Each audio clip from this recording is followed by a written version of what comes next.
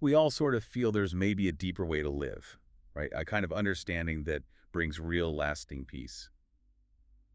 Today on the deep dive, we're going to try and unpack what that actually looks like. And we'll be doing that specifically through the lens of the Bhagavad Gita. Exactly. And to help us do that, we've really immersed ourselves in the insights from some incredible teachers, people like Swami Dayananda, drawing from his home study program, and also Swami Viditamananda's lectures, which are just so clear, plus some other key commentaries too. Yeah, and the goal here isn't just, abstract philosophy. Not at all. We want to synthesize these different perspectives from various chapters of the Gita, hopefully offering you some, well, practical ways to maybe cultivate a bit more wisdom in your own life. Exactly.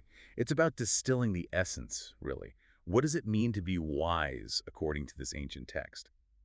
So where does the Gita first really tackle this head-on? It's chapter 2, isn't it? With that description of the insect. Okay. That's the one, Shtita Praja. The context is crucial, actually. It comes right after Arjuna's big crisis on the battlefield. He's confused, seeking clarity, and Krishna responds by outlining the qualities of this person whose wisdom is steady. Steady wisdom. Okay, and what's the first characteristic? Well, the first key aspect mentioned is freedom from desires. Ah, freedom from desires. Now, when you first hear that, it can sound a bit austere, like suppressing everything. Yeah, it can sound that way, but the way Swami Dayananda and Swami Viditamananda explain it, it's more subtle. It's really about being free from the demand that those desires must be fulfilled for you to be okay. Ah, the demand. So not necessarily getting rid of the desire itself, but the clinging to it. Precisely. It's about finding a sense of inner satisfaction, a completeness within, so your happiness isn't constantly riding on external things, you know? That makes sense. And that ties into the bigger picture of moksha, or liberation, doesn't it? This sense of inherent freedom. Absolutely. When you're not constantly chasing the next thing to feel complete, a certain stillness naturally arises. And that leads directly into the next characteristic, detachment from outcomes. Okay, detachment. Acting without being attached to the results. Yes. The Gita emphasizes that freedom is found in the action itself, in doing what's appropriate without being fixated on getting a specific result, or, importantly, feeling like you are the sole author, the doer, responsible for how it all turns out. So it's about focusing on the process, putting in your best effort, Exactly. rather than being totally consumed by whether you succeed or fail in the conventional sense. That's it. And this kind of detachment naturally helps cultivate equanimity. Equanimity, being balanced, right? Yes, the ability to remain steady, balanced in the face of life's ups and downs, pleasure and pain, gain and loss, the dualities. Which sounds great, but it's not about being emotionless, is it? No, not at all. It's more about maintaining an evenness of mind, as Swami Viditamananda puts it, a kind of glad acceptance, almost, of whatever life presents. That feels like a really significant challenge, though, staying steady when things get tough. It really is. And it's closely linked to the next point, control of the senses. Ah, the famous tortoise analogy. That's the one. The tortoise withdrawing its limbs into its shell. A wise person has that ability to turn their attention inward, to not be constantly pulled this way and that by every sensory sight, sound, or impulse. It's about having an inner anchor. Like, trying to stay focused on a meaningful conversation, even when your phone is buzzing nonstop. Aha, yes, a perfect modern example. And this inward focus supports what's called a steadfast intellect. Steadfast intellect, meaning. A clear, firm, resolute understanding of the self, of reality, an intellect that isn't constantly wandering off, clouded by chasing fleeting desires. There's a deep conviction there. Like having a reliable inner compass guiding you. And how does this all culminate for this Sita Prajna? Ultimately, Krishna says this state leads to lasting peace. It's about being established in the self, in Brahman, even at the very end of life. It's not just knowing it intellectually, it's a fundamental shift in experiencing reality itself. Wow. Okay, that's a really powerful picture from Chapter 2. And Chapter 4 throws in something that sounds, well, a bit paradoxical. Seeing action in inaction and inaction in action. Yes, verses 18 to 24 in Chapter 4 really dig into this deeper understanding of karma, action, and akarma, non-action.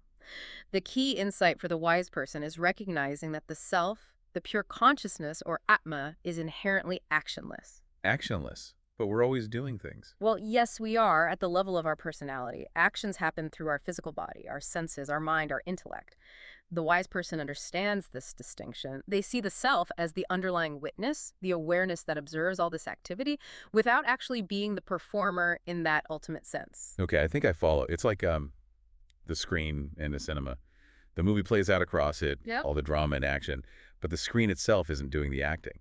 That's a really helpful analogy, actually. And this understanding directly informs how one acts. It reinforces that idea of acting without attachment, which we talked about with this theta pranya. Right, acting without needing a certain outcome. Exactly. But here it's emphasized that acting without craving specific results or feeling that sense of I am the doer, that ownership over the outcomes, is crucial. This is the core of karma yoga. The very act of performing the right action selflessly becomes its own reward, its own fulfillment. That's quite a shift in perspective on motivation, isn't it? The value is in the doing, not just the potential payoff. It really is. And the Gita then introduces this concept of yajna. Yajna, often translated as sacrifice or ritual. It can mean that, but in this context, it's often interpreted more broadly as acting in a spirit of offering, of contribution, of cooperation for the greater good, for the well-being of the whole system, rather than acting purely out of self-centered desires. So it's a mindset, performing actions as a contribution, not just for personal gain. Precisely. And the commentaries explain that actions performed in this spirit of yajna don't create binding karmic effects. They don't entangle you further. Okay, that makes sense. And finally, this section really highlights knowledge jnana as the ultimate purifier. This clear understanding, this non-violence of knowledge, as Swami Dayananda sometimes calls it, is what dispels doubts. Understanding the actionless nature of the self is what truly frees one from feeling bound by actions and their consequences. So genuine understanding has this transformative power, changing not just how we think, but how we live and experience our own actions. Okay, let's shift gears a bit now. Chapter 12 describes the Parabhakta, the supreme devotee. How does devotion fit into this picture of wisdom? Oh, it's absolutely central. In the Gita's view, wisdom jhana and devotion bhakti are not separate paths, really. They're deeply intertwined. The description of the Parabhakta, the devotee who is most dear to the Lord, in verses 13 through 20, shows us another vital dimension of the wise person. And you'll notice many of the characteristics echo what we've already discussed. Really, what are some of those key overlaps? Well, right away, you see the absence of negative emotions. The Parabhakta is described as being free from hatred. Also, importantly, they are not a source of fear or agitation to others, and they themselves are not easily perturbed by others.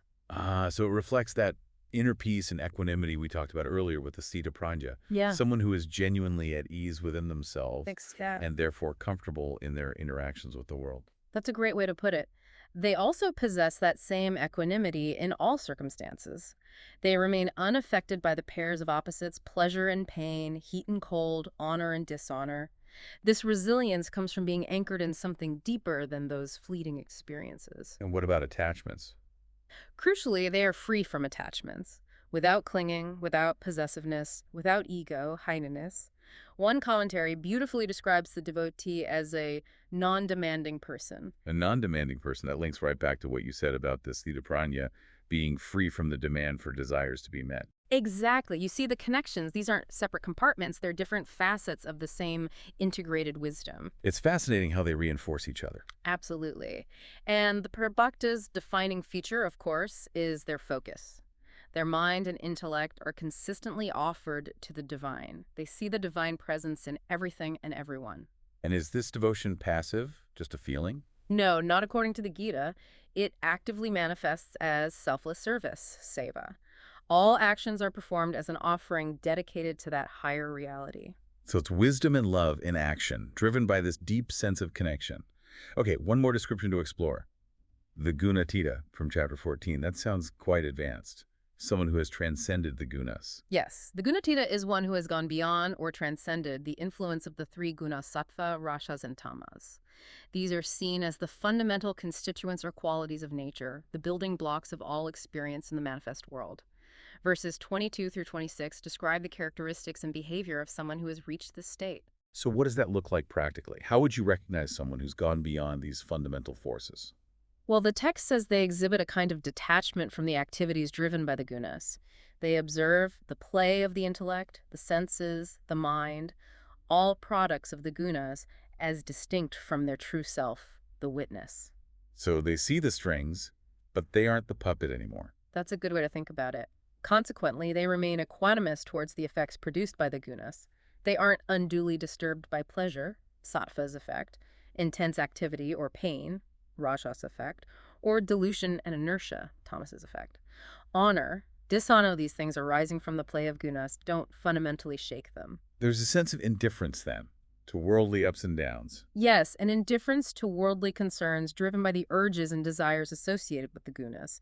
They aren't constantly pushed and pulled by those forces. Because their focus is elsewhere. Exactly. Their focus remains unwavering on the self. They are established in the understanding that the self is separate, distinct, untouched by the gunas and their modifications. And does devotion play a role here, too, even in this transcendent state? Interestingly, yes. The description concludes by saying that the Gunatita serves the Lord with unwavering devotion, avya picharini bhakti. It suggests that even transcendence doesn't mean abandoning connection. Rather, it deepens it in a particular way. Wow. That connection between wisdom, detachment, action, and devotion seems to be a constant thread woven throughout all these different descriptions. It absolutely is. So, if we try to bring all these threads together, the Sita Praja, the understanding of karma, the Parabhakta, the Gunatita, drawing from these teachers' interpretations, what's the overarching picture? What are the core characteristics of this wise person? I think the synthesis really shows a profound interconnectedness. It's not like you pick one description. The wisdom the Gita describes isn't just intellectual head knowledge, it's a complete way of being. It encompasses knowing the true nature of the self, achieving detachment from the temporary, and acting selflessly and skillfully in the world. Having that deep devotion and connection. Yes, and ultimately transcending the fundamental forces, the gunas, that usually dictate our experience. It really boils down to recognizing our true, unchanging nature and learning to live consistently from that understanding. And for you, listening right now, what does this all mean? How can we take these, let's face it, quite profound ideas and make them relevant day to day? Well, I think the Gita, through these different angles, offers a very practical roadmap, actually. It's not just theory. It suggests we can actively work on managing our desires, shifting from being ruled by them to having a more conscious relationship with them. Like noticing the demand versus the simple preference. Exactly. We can practice acting selflessly, focusing on the contribution rather than just the personal gain or outcome. We can consciously cultivate equanimity, that inner balance, especially when facing challenges. And we can dedicate time to understanding through study and reflection, the deeper, unchanging aspect of ourselves, the witness consciousness. These aren't overnight fixes, though, are they? Definitely not. They're ongoing practices, consistent effort in self-awareness, understanding, and aligning our actions with that understanding. It's about those little aha moments, maybe, gradually leading to real shifts in how we navigate life. And it sounds like, really, at the heart of all this wisdom is a fundamental sense of inner freedom. That's the core of it. Moksha, true freedom, is ultimately found in this liberation. Liberation from the tyranny of our compulsive desires and binding attachments, and the simultaneous recognition of the self as already whole, complete, and inherently free. So as we wrap up this deep dive into the Gita's rich and a varied portrayal of a wise person, we've touched on the Sthita Pranja's freedom from demands and steady intellect, The wise person's understanding of action and inaction in Chapter 4, the deep, selfless devotion of the Parabhakta in Chapter 12. and the transcendence of the gunas by the Gunatita in Chapter 14, all pointing towards this integrated state of wisdom and peace. And the crucial question, maybe the most important takeaway for you listening, is this. Which one of these characteristics, these facets of wisdom, resonates most strongly with you right now? Where do you feel the most connection or perhaps the most need for growth? And following from that, what's one small, concrete step, really small, that you could take today or this week to consciously cultivate that particular aspect in your own life? The Bhagavad Gita offers such a timeless, practical framework for this journey. It's worth revisiting again and again. Absolutely. Keep reflecting on these ideas. Thank you so much for joining us for this deep dive into the nature of wisdom according to the Gita. We hope this exploration has given you some valuable food for thought on your own path forward.